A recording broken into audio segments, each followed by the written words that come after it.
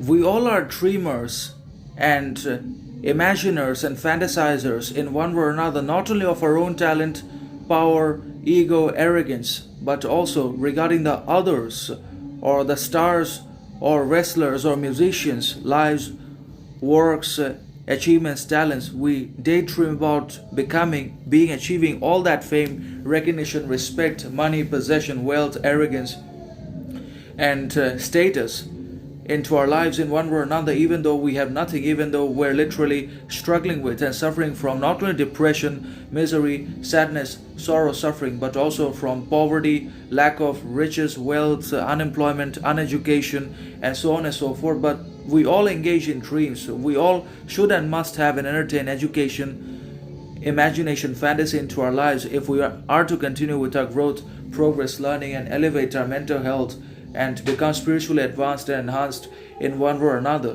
So we all are dreamers essentially. Each and every one of ourselves have got their not only own dreams but also we have got our own sovereignty, differentiation, individuality, independence, and dignity, authenticity, and other virtues and values in our lives in one way or another, which are obviously different and differentiated from different human beings, from one person to another. The values, virtues, quality, and the interpretation of everything else will also be simultaneously, fundamentally, critically different in one way or another, and that is something we can neither prevent nor refrain. Difference is always there, and everyone's understanding is wired differently.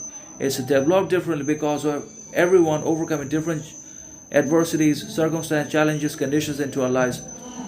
Everyone was brought up or raised differently, so depending on our bringing, success, childhood, adulthood, adolescence, everyone develops their own unique and differentiated sort of understanding, and they also understand differently because everyone's understanding is essentially different, and they've got their own sovereignty, differentiation, individual independence, and the interpretation of all these qualities is also different.